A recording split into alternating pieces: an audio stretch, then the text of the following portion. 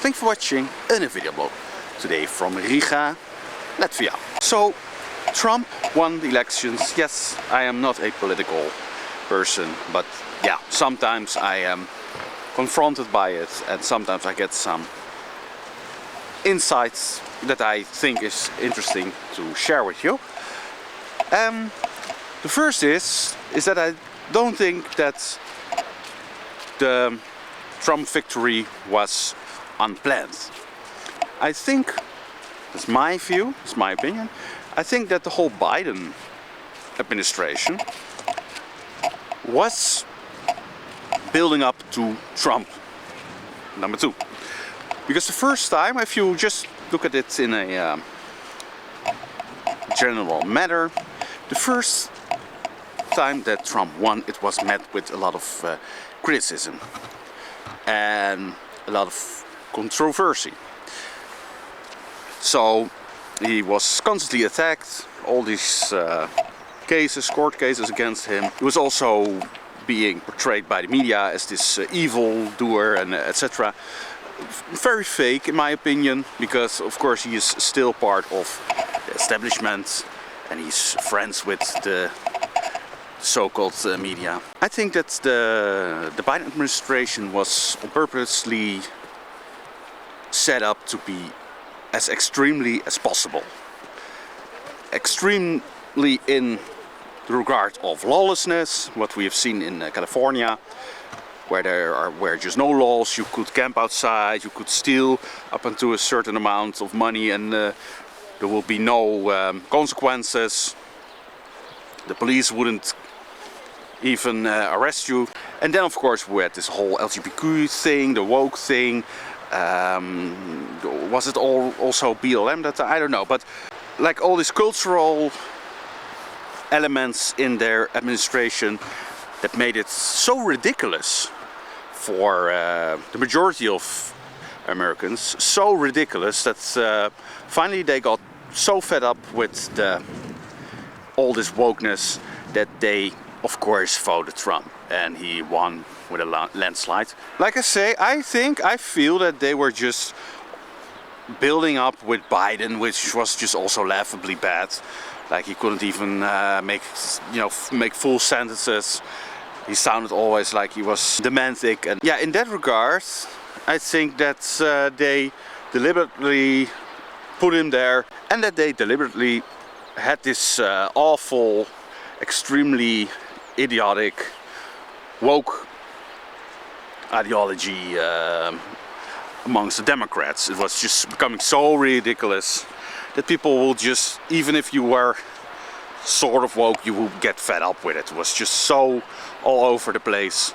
I think that this was done on purpose because they wanted to have Trump again, but now they have like a more justification for it, because people would have like, oh, we had first Trump that looked like bad, but now we're even worse off with this Biden and his nonsense. So I think that they drove them in their arms, like the ones that are really in power. They drove people into the arms of Trump. And you can see this because even amongst the Democrats they were so fed up with the ideological policies. But I don't think it's a coincidence. I don't think it's just naturally happening. I think it was all planned. So I'm not really like I said, I'm apolitical. I don't really even care about all these all that nonsense. Yeah, I have to deal with it. Of course, people talk about it, and this is what I think. I think that they first had Trump won, and it was a success. Because it was totally something different than previous presidents, like Obama or Bush. It was they really wanted to prepare for a new era, and we are now in that era. And I am not really thinking it's a very good era, because with Elon Musk and with all the AI and all the his program of giving people chips in their brain and etc. I'm not really convinced that this will be anything good. So I am not a Trump supporter. I'm also not a Trump hater, but I'm also not a Biden hater. I am apolitical, non-political. But I can see what's going on. And then secondly, what I wanted to say about these elections is that yes, Trump is doing his best for the United States. I can see that. But there's always a price to pay for somebody else. And that is, and that will be, the European Union. They will pay the price of their expansion, of their new policies. And we will pay hard with it. Because what can you see? You see that Trump is now, you know, they want to cut down government, fire all these absorbent workers they don't really need. You know, they do everything to make the United States stronger, making like this crypto-backed fund. You know, smart things. If you look at it that way, if you look at a normie, from a normie perspective, it's smart, it's good.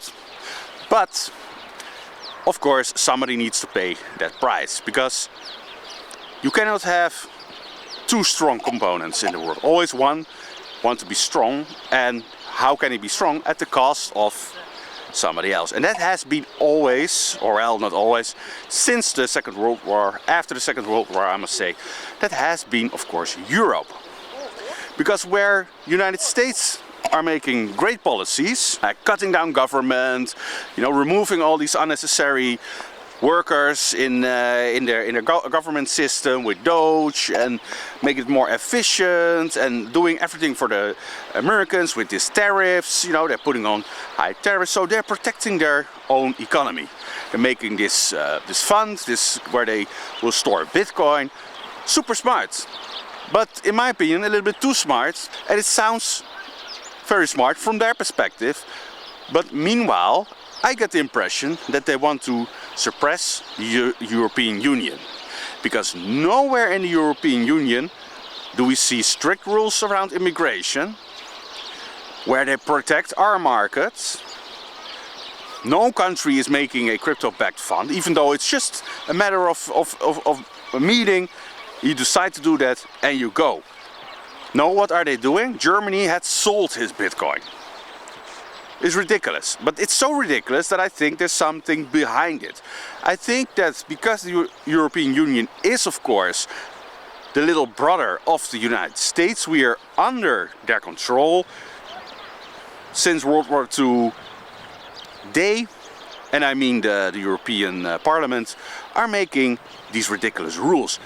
Like all these green rules, for example in the Netherlands, they just push and push and push all these climate control regulations, green energy, and off the gas and everything. Of course they do this because the United States wants to be the strongest. And the European Union has always been suppressed by the United States. They always want to keep Germany and France and the Netherlands down. UK is sort of in between. We cannot really count them because they're sort of like United States. But all these rules, they're all making Europe weaker. The lack of strong borders, the lack of a fund, a European Union fund with, for example, Bitcoin or other investments. The lack of removing a lot of government, unnecessary government spending. I see that the European Union will suffer. They will not be strong, they will be the weak one. Because of course the United States is in competition with Russia and China. And if it was also in competition with the European Union, well, then it might go under. So this whole talking of Make America Great Again, this whole Trump party, it's basically a setup. They knew that they will need a very strong leader because they are in competition with Russia and China. And of course they will not say, well, little brother, you can do whatever you want and make my position as the big brother like unstable. Of course they want to keep us down with all these, yeah, like stifling rules. And I believe that they are, of course, first implemented by the European Union, but they derive from the United States. There are thinkers, and they influence, of course, this European Parliament, and they say, hey, look, you can be vaguely strong on immigration, but your immigration has to continue, weakening the countries, because so much immigration is weakening, it's costing a lot of money, so driving up the costs in the European Union, also driving up the housing prices in the European Union, making the inhabitants of the European Union also financially weaker, making them weaker by controlling or forcing these environmental rules upon them, like we have to get off the gas, you cannot open like mines and everything.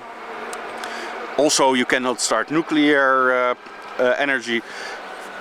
And this is all like weakening the European Union.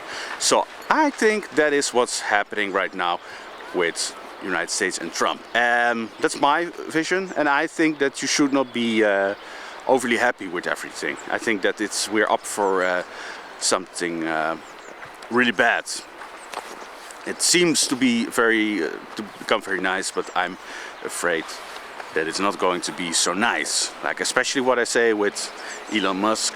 And even though he has some vaguely good ideas, he pretends to be sort of anti-woke and everything, but I'm very afraid of what he wants to do with AI, with this chip implementing, and yeah, the sort of control that he has in that regard, the technology. I think we're heading towards a you know, a technology state, and with the 50-minute cities and everything, it's horrifying. I think it's not good. We're entering a very dangerous area where I think you should go as much as possible back to nature, into nature. Don't rely on government that much.